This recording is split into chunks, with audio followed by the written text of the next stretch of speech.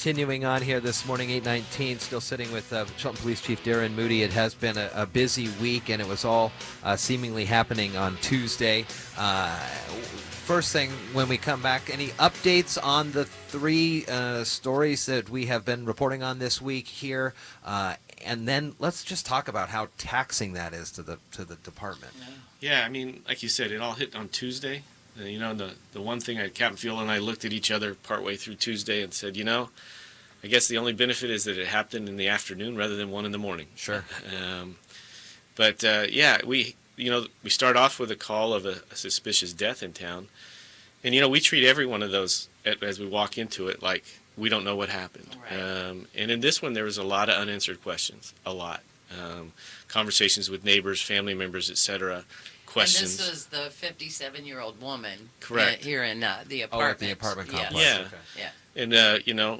And when we go in there and we don't have answers to questions, and there are way too many questions coming at us, we have to take our time and step through that. And from experienced investigators to Washington State Patrol was out with us, and the coroner's office assistants, we had a lot of unanswered questions, and better safe than sorry in that. So, we pulled out all the stops to make sure that we had that fully investigated. Unfortunately, it ended with somebody taking their life, and that was what the coroner gave us the information yesterday.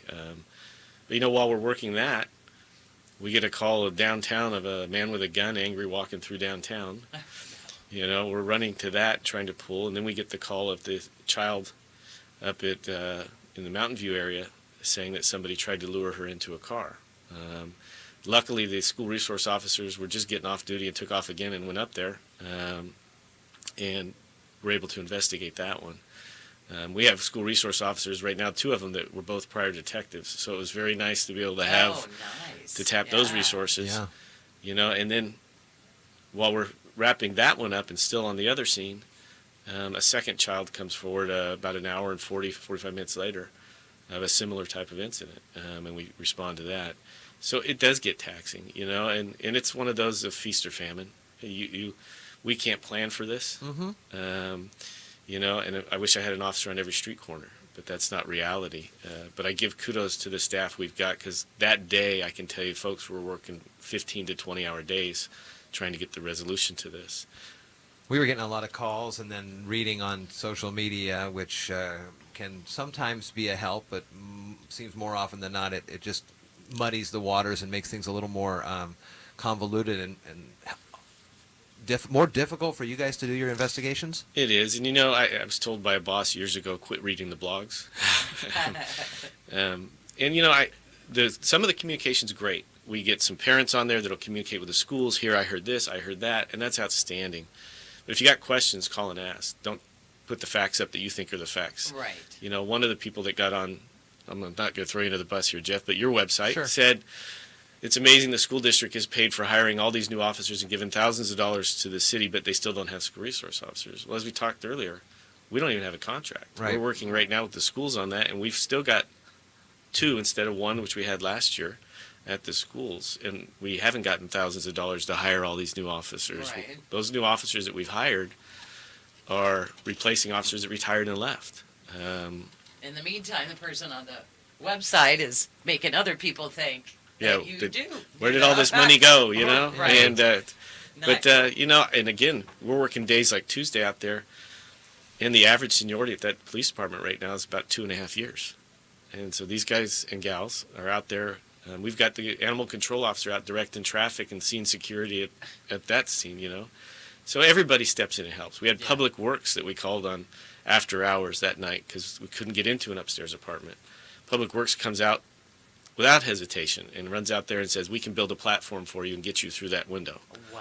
And so PUD came out and said, we got a bucket truck for you, It's that type of environment we work in around here, where it's all hands on deck and everybody comes. As fast as news travels, they say the fake news, false news travels even faster. Yes. So what are you learning? And I know Captain Fiola just wrapped up a course out in Boston, learning a lot of great things.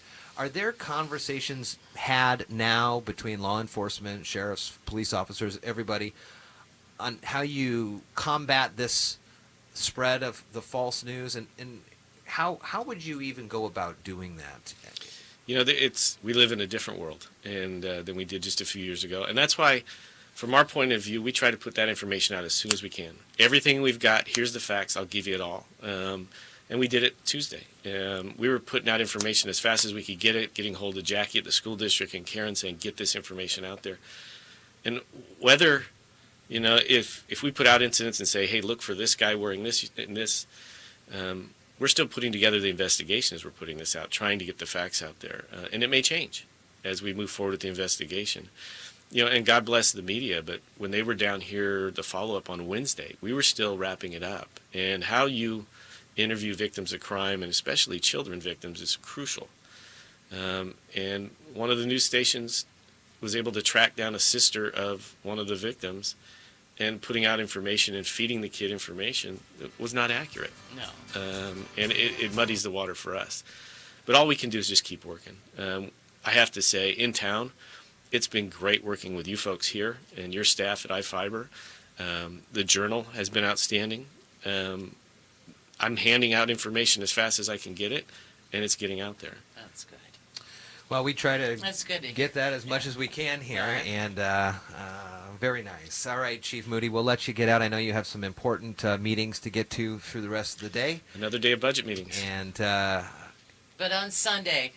Sundays. All right. Playing the Chiefs. Before we get too out of here, I did see Lieutenant or Paul Campbell on Friday football game, and I told him that you, Vicki, and you, Darrin, can come in the Thursday before the first Hawks 49ers game and it's gonna happen. Make a pyramid or do cheer, whatever you guys want to do. Just get it out of your system. I'm just enjoying the season right now. It seems like it's been so long. And then even last night's game, just as a football fan, was fun to watch. Yeah. It is. And just I've been fun to getting watch. into that, too. I even watched a Seattle game. Yeah, well, there's not a lot of options up here, Vicki. I watched their quarterback get sacked Maybe you guys can talk about how you keep up on the 49ers news. All right, break time now. Good to see you, Dan. Have a good day. You. Have a wonderful day. It is Be safe Daybreak now. at iFiber 1.